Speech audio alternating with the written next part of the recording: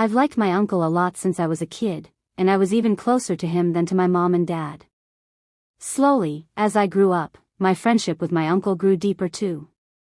At that time, I was stepping into my youth and had started hearing new things from my friends about relationships between men and women. My bond with my uncle was so strong that I would share everything with him, and talking to him gave me a lot of peace. One night, when mom and dad weren't home, my uncle had a really bad headache. Uncle told me, "Anjali, quickly make some tea and bring it to my room." I hurriedly made the tea and went to his room. Uncle told me to put the tea on the side table.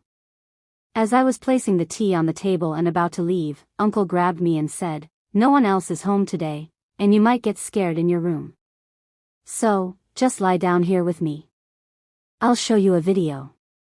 Uncle asked me to lie down on his bed. I lay down on his bed, and he started showing me the video. Seeing that video, my eyes went wide in shock, and then Uncle.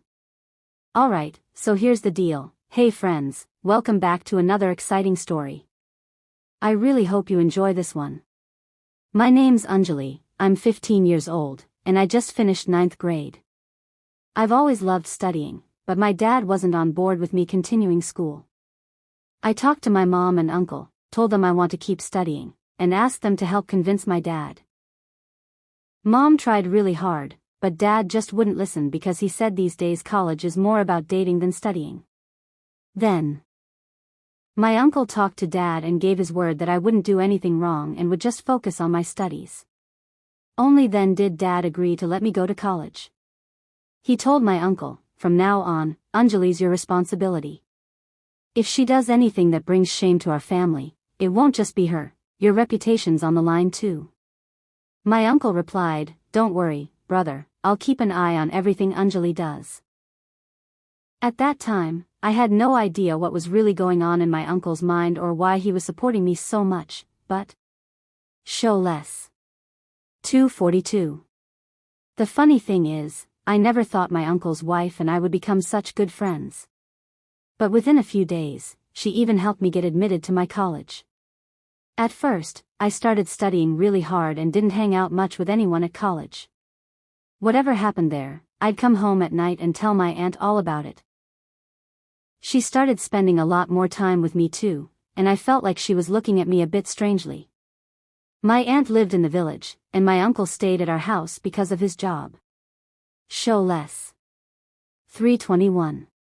I was living there when I became friends with a girl in college. After we became friends, my life started to change because she told me she was already engaged. One day, she even introduced me to her fiancé. She told me that their wedding was already planned, and because of that, we were completely open with each other. There were no secrets between us. After that, I tried to learn everything from her, things I probably wasn't old enough to understand, or maybe I was at an age where knowing all that could easily lead me down the wrong path. And then, it started happening to me too. I began getting interested in those kinds of things. I wasn't friends with any guy, so whenever I thought about stuff like that, my mind would automatically go to Uncle Bakata. Then I'd shake my head and tell myself, "Anjali, what's this? Why are you even thinking such nonsense? He's your uncle." But still, Uncle's words and the way he acted kept feeding those thoughts. Even now, I don't really know what's in his heart. Sometimes, I even felt like maybe he thought the same things about me. But then again, sometimes. My dad used to be really strict with me, always reminding me how tough he was and warning that if I messed up even once, not only would I be in trouble, but so would he. Hearing this, I'd try to keep myself in check, but you know how it is. Youth is blind. Youth is like a fire burning in winter, you just have to warm your hands by it. Whenever I went to college, I'd hear all those same things again. Then, coming back home from college, I'd start thinking about what my friends had told me. One day, my uncle came home from work, sat down, and she asked, "What are you thinking, Anjali?" I looked at Uncle with a playful smile and said, "Uncle, you know what my friend told me today?" Like always, I started sharing what was on my mind with him.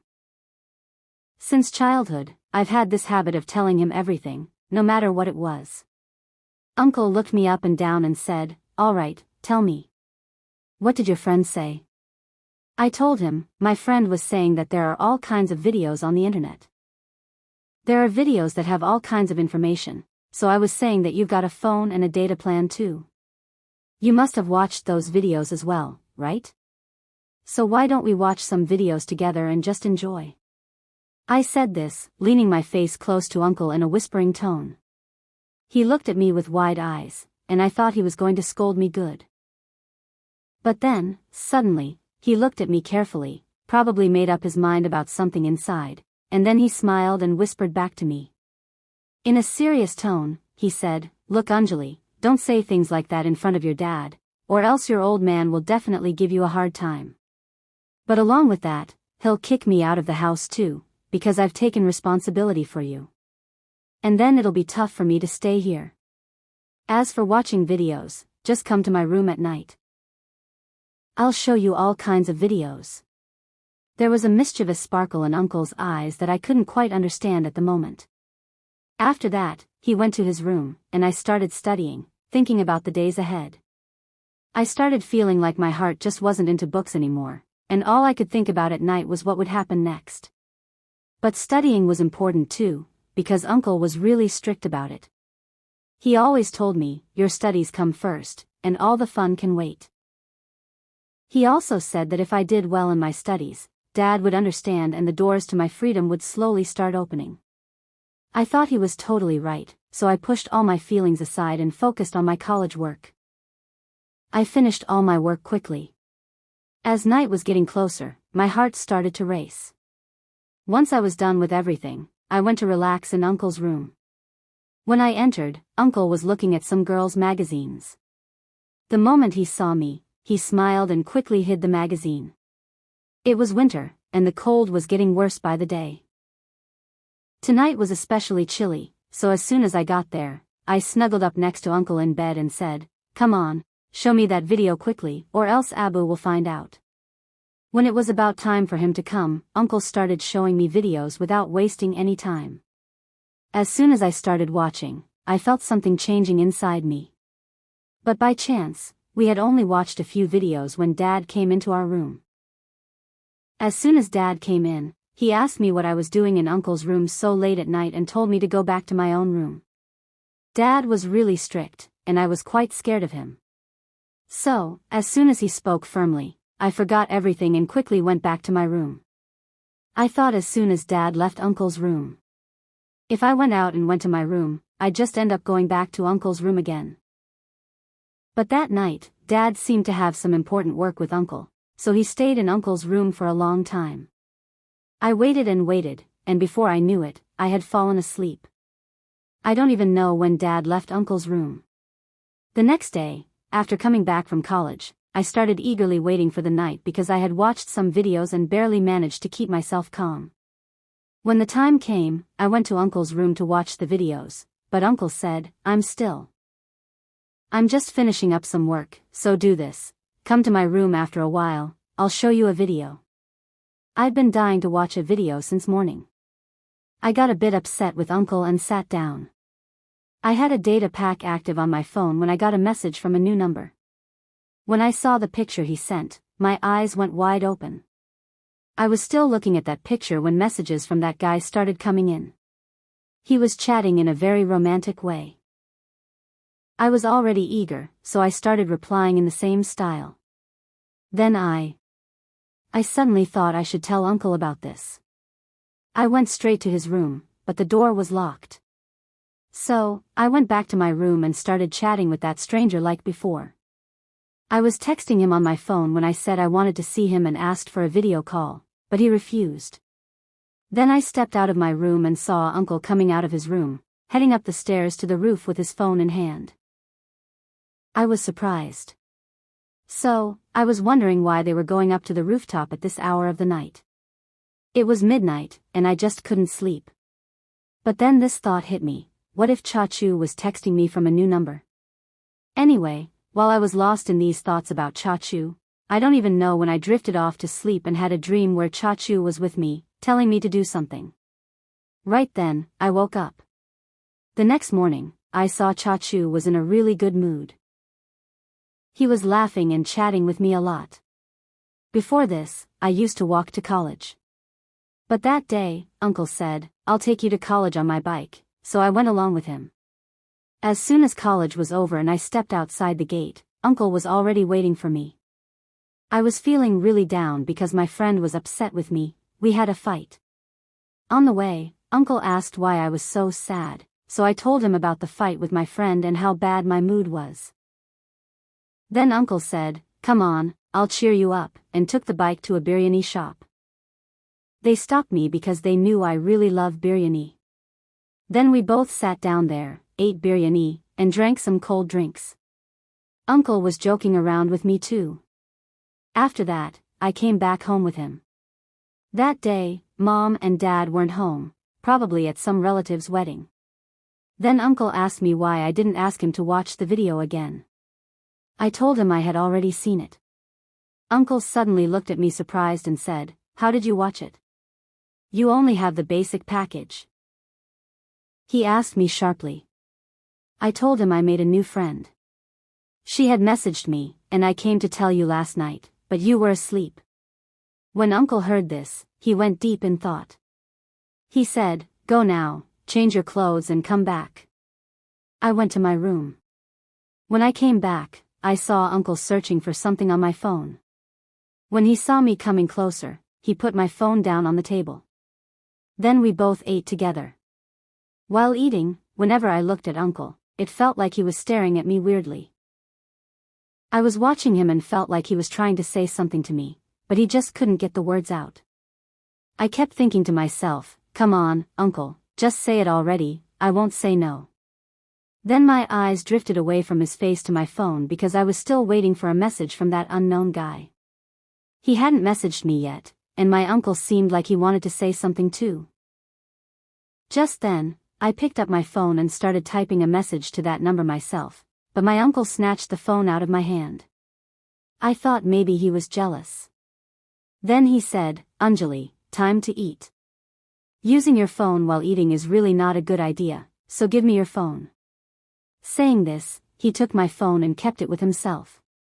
I quickly finished my food and told Uncle, "Now give me my phone back." He said, "I will, but first, do this, clean up the dishes and come to my room." I was happy, thinking maybe, out of guilt, Uncle would finally fulfill my wish today. So, I did just that, quickly cleaned up the dishes. Finished my college work, and it was almost 11 p.m. when I went to Uncle's room and started to speak. "Now give me my phone, I need to talk to that friend." Uncle said, "I've got a really bad headache. Go make me a nice cup of tea first." I went to make the tea. After a while, I came back with the tea and put it on the table. Just as I was about to leave, Uncle grabbed me by the arm and said, "No one else is home today. You'd be scared sleeping alone. Stay in my room tonight."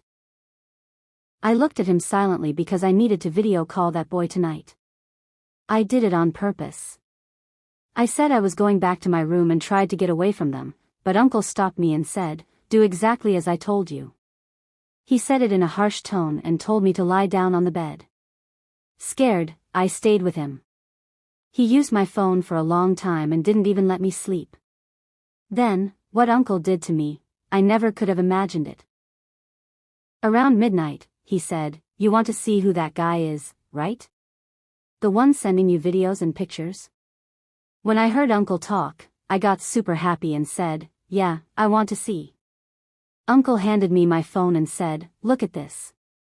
When I saw the picture, I was shocked because the guy was my friend's fiancé. I stared at Uncle with wide eyes, tears rolling down my cheeks. Then Uncle started explaining, "When you told me about this guy, I had a feeling someone was fooling you. So, I started talking to him pretending to be Anjali using your phone. He even used your picture on social media. I was about to post it on social media, but if I hadn't scared you, you would have been ruined, and the family's honor would have been damaged. And what your father, you, and I would have ended up facing is a whole different matter.